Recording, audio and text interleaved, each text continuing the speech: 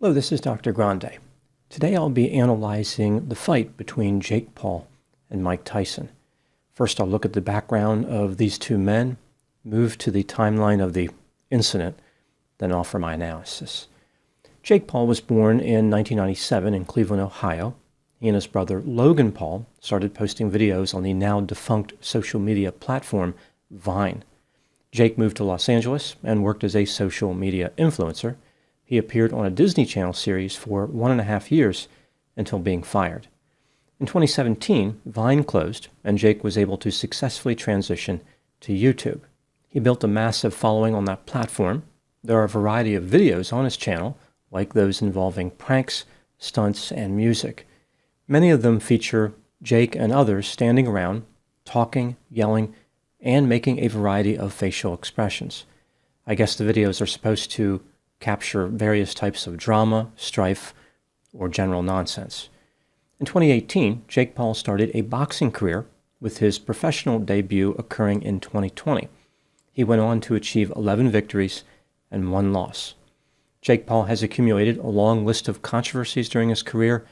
They are beyond the scope of this video, and it would take a long time to cover all of them.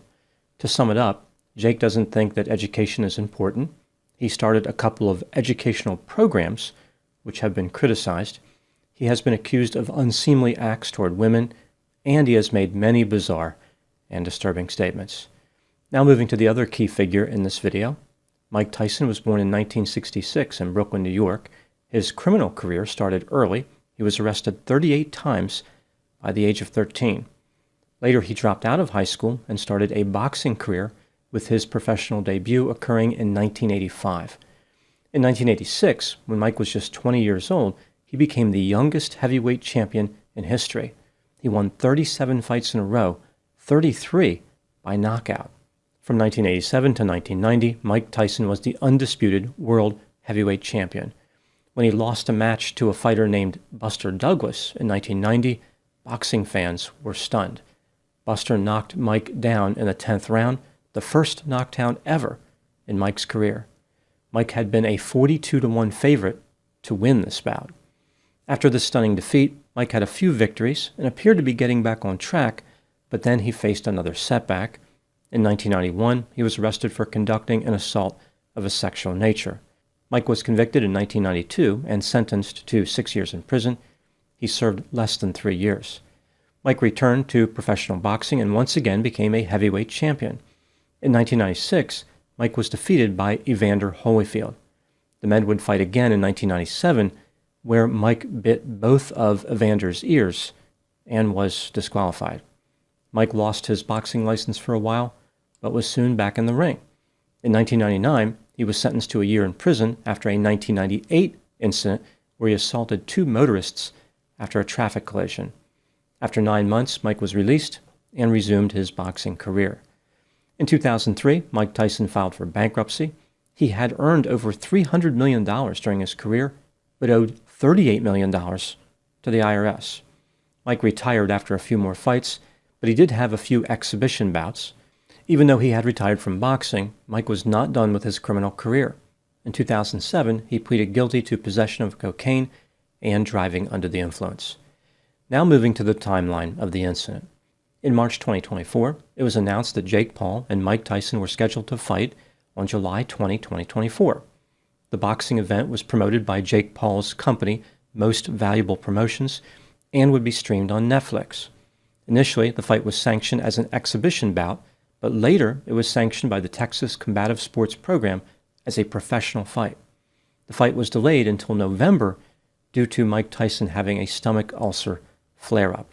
During the last press conference before the fight, Jake Paul accidentally stepped on Mike Tyson's toe, which led to Mike slapping him in the face. Maybe that's what happened, or maybe this was just part of the show they were putting on. There's no way to know.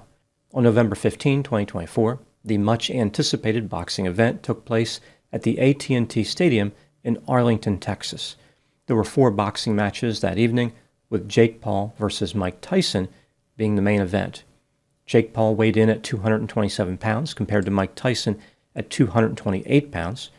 Jake Paul stood 6'1" compared to Mike Tyson at 5'10".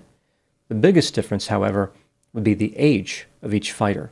27 years for Jake Paul versus 58 years for Mike Tyson. A staggering and unprecedented 31-year age difference. The fight comprised 8 rounds that were 2 minutes each. Usually in a heavyweight fight, there are 12 rounds that last 3 minutes each.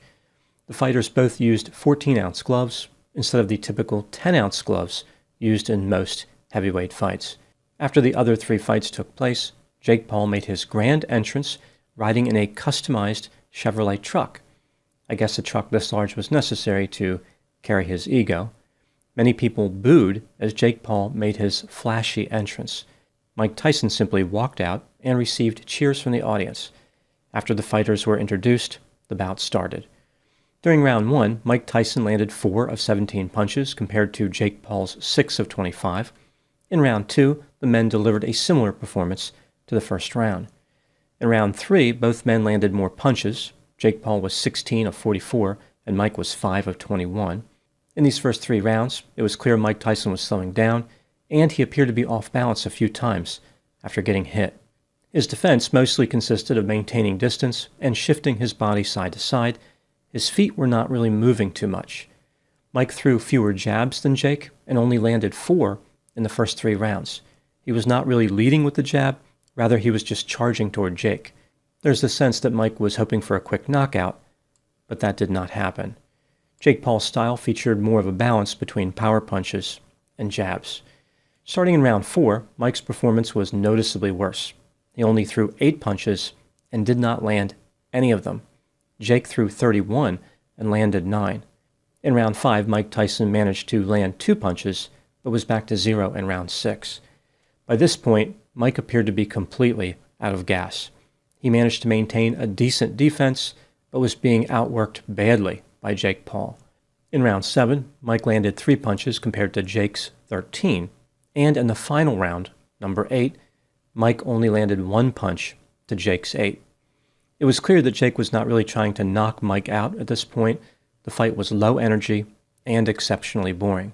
A few seconds before the bell, Jake bowed to Mike as a sign of respect. The fighters embraced after the fight was over. Throughout all 8 rounds, Jake Paul landed 78 out of the 278 punches thrown, whereas Mike Tyson landed 18 out of 97. Not surprisingly, Jake Paul was victorious, achieving a unanimous decision. 2 judges gave him 7 rounds. 1 judge said that Jake won all 8 rounds. Now moving to my analysis. The 31-year disparity in age in this fight was the largest age difference in the history of professional boxing. During Mike Tyson's prime, he could have easily destroyed Jake Paul, probably in the first round. But at 58 years old, Mike was not an effective fighter. This fight was like watching a cassette player trying to keep up with Spotify. Mike had been known for having plenty of power, fast hands, accurate punching, and impeccable timing for counterpunching. None of those characteristics were evident during this fight. One could argue Mike Tyson aged 3 years every round. When he started the fight, he was 58. When he ended it, he looked like he was 82. Some have said that Mike needed better conditioning to win. Better conditioning would have helped, but what Mike Tyson really needed was a time machine. Mike's output was pathetic. He could not seem to get into a rhythm. His offense was terrible, and his balance was insufficient. Jake Paul appeared to be trying hard in the first few rounds, but relaxed and did just enough to win each round after that. After the fight, he admitted that he decided not to inflict any unnecessary pain, and he eased up on Mike Tyson. He said, quote, "I wanted to give the fans a show, but I didn't want to hurt someone that didn't need to be hurt," unquote. His behavior isn't surprising considering the ill-advised nature of this gross mismatch. If a concern for safety creates a situation where a boxer will not fight their hardest through all the rounds, it is not a real boxing match. Jake Paul has a reputation for not being a real boxer. He often selects opponents who are not boxers or who are not in their prime. Before this fight, he had only fought 3 professional boxers. During his first fight with an actual boxer, Tommy Fury, Jake Paul lost. I think what's happening here is that Jake Paul is trying to turn professional boxing into professional wrestling. All showmanship and no skill. He's less like Sugar Ray Leonard and more like P.T. Barnum. Jake brought the irritating nature of his social media videos to boxing. except somehow this fight was even worse. Amazingly, Jake's strategy is paying off. He is extremely popular with younger viewers. As far as older viewers and boxing fans, they would like to see him get defeated. Everybody has a reason to watch Jake fight. In my opinion, the fight between Jake Paul and Mike Tyson was really just two people trying to hit a payday by doing something ridiculous. Reportedly, Jake Paul earned $40 million for his performance. Mike Tyson walked away with $20 million. Just to put that in perspective, the average lifetime earnings for a high school graduate in the United States is $1.3 million. Again, that's over the course of the person's entire life. Jake Paul earned 30 times that in one night. People talk about winners and losers, like Jake Paul won and Mike Tyson lost. However, in reality, both men are winners, and people who paid to watch the fight were the ones who lost.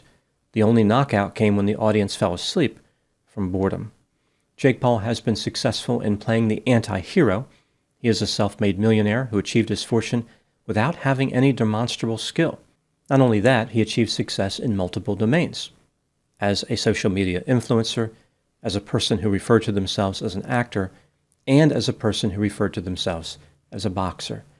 Many people think of financially successful people as cautious, industrious, and responsible, yet Jake Paul made his living being impulsive and repeatedly making unconventional choices. There is no arguing with success. Jake Paul has consistently managed to beat the odds. Some people have said that the fight between Jake and Mike should have never been sanctioned because Mike was too old. I disagree. Boxing regulators are not there to limit the sport. If there is a demand for a fight, they must seriously consider approving it. Mike Tyson is an adult. He knew what he was getting into. The truth is that a lot of people wanted to see Jake Paul fight Mike Tyson. It was only after watching the fight that many viewers questioned why they ever wanted this in the first place. Now moving to my final thoughts. What lessons can be learned from Jake Paul versus Mike Tyson? I think the lesson here is that people can continue working in some careers into their 50s, 60s, 70s, and even beyond. For example, mental health counseling, accounting, engineering, and teaching are careers where older workers can continue to have success. Boxing is different. Nobody should start a career in boxing thinking they are going to be fighting into their 50s. Boxing is a career where a person must make their money when they're young and just hope they don't damage their brain too much. The image of Mike Tyson barely moving around the ring and clumsily throwing inaccurate punches should serve as a reminder of the dangers of poor planning. Mike doesn't realize it, but he has a lesson to teach people. Don't be like him. Not surprisingly, this is the same lesson that Jake Paul has been teaching people for a long time. The difference between Jake and Mike is that Mike once possessed actual talent. He was so intimidating, he was like the Darth Vader of boxing. Jake Paul is more like Jar Jar Binks. Those are my thoughts on Jake Paul versus Mike Tyson. Thank you so much for watching. I'll talk to you soon.